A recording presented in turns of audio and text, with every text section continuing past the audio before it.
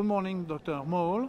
I'm very pleased to receive you on this plateau during the Congress of the General Medicine in France. Maybe you can introduce yourself and speak of the Royal College you're representing and what is your function and what do the Royal College for the doctors. Thank you, Jean-Louis. I'm delighted to be here today in Paris from the Royal College of GPs in London. We are the largest Royal Medical College in the UK with over 52,000 GP members. Our college is a charity and this means that we have a charitable object which is to raise the quality of care and primary care for all patients in the UK. And it's our aim to introduce quality initiatives such as through training, through qualifications, through CPD, to help our GPs to be the best that they can be for their patients. What proportion of all practitioners, 25,000, represents? Roughly 3/4 of all GPs in the UK are members of our college. It's a voluntary membership. The college produces documents, guidelines and so on by itself. Yes. Is it possible to give some explanation? Yes, the college produces many guidelines for many different clinical conditions and will work with other organisations in the UK to produce quality of care statements. We are very proud of our position on many areas of care for our patients. An example may be around collaboration. So how do we work together with other specialists? How do we work together in the community? For example, collaborative care. We have put guidelines and a framework together in how to work with other colleagues in the community, such as physicians, such as other nursing colleagues, to bring things together, to integrate care for the better of patients. The world should be multidisciplinary, not only with specialists, but also with nurse, with ergotherapist and so on. And what is the reason of your presence here? I know you have to participate to a very interesting session. Could you give some word on this session? Thank you, Jean-Louis. We are very proud to present our campaign over the last 3 years, which has been called Put Patients First. Put Patients First is all about general practice having a fair share of the NHS budget, of the health service budget, so that we can do our job properly. For us to have enough time with our patients, for us to be able to manage the ever-increasing complexity of patients, particularly elderly patients who we are struggling to manage in a very short consultation time. In the UK, consultation time has increased. Number of consultations has increased per doctor per year. The number of GPs has not.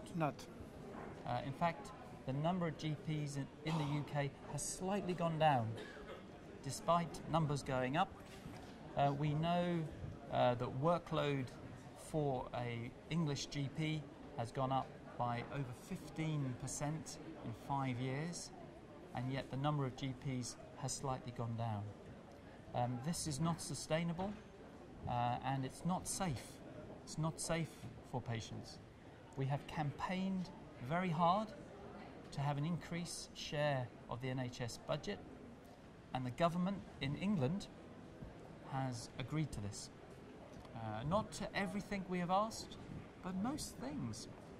This is a big breakthrough for us, but we now need to ensure that they actually deliver on the promises that they have made, despite a very difficult economic background.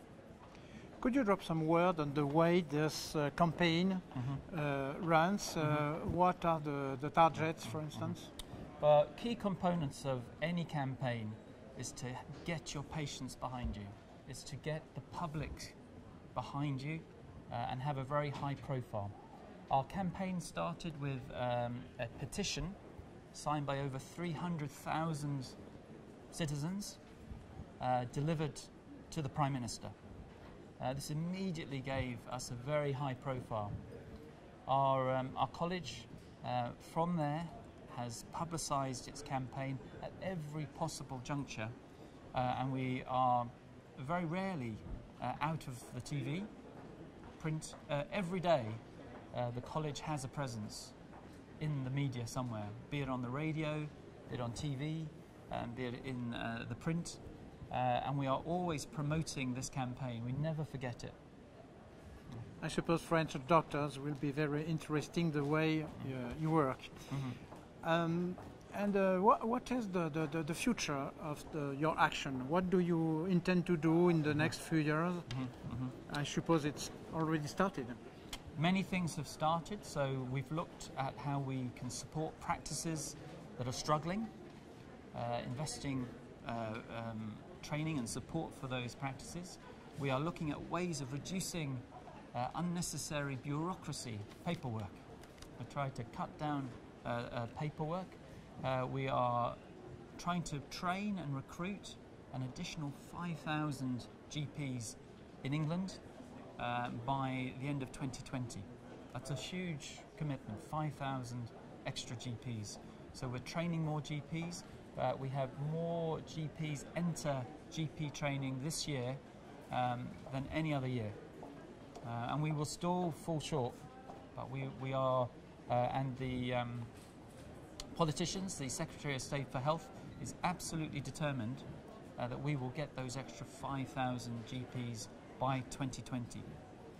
So all this packaged together will make our profession sustainable, but it will allow us to actually give the care that our patients need, which will also help the NHS to survive. Because if general practice falls over, if general practice fails, then the whole health service will fail. In general practice, we look after 90% of all consultations in the health service take place in general practice. If we struggle and more goes into secondary care, the hospitals will fall over. Maybe French GPs dream of, but we can hope that it will be reality, the same as in England, in UK. Thank you very much, Steve, for attending this interview, and have a nice convention. Great pleasure. Thank you very much.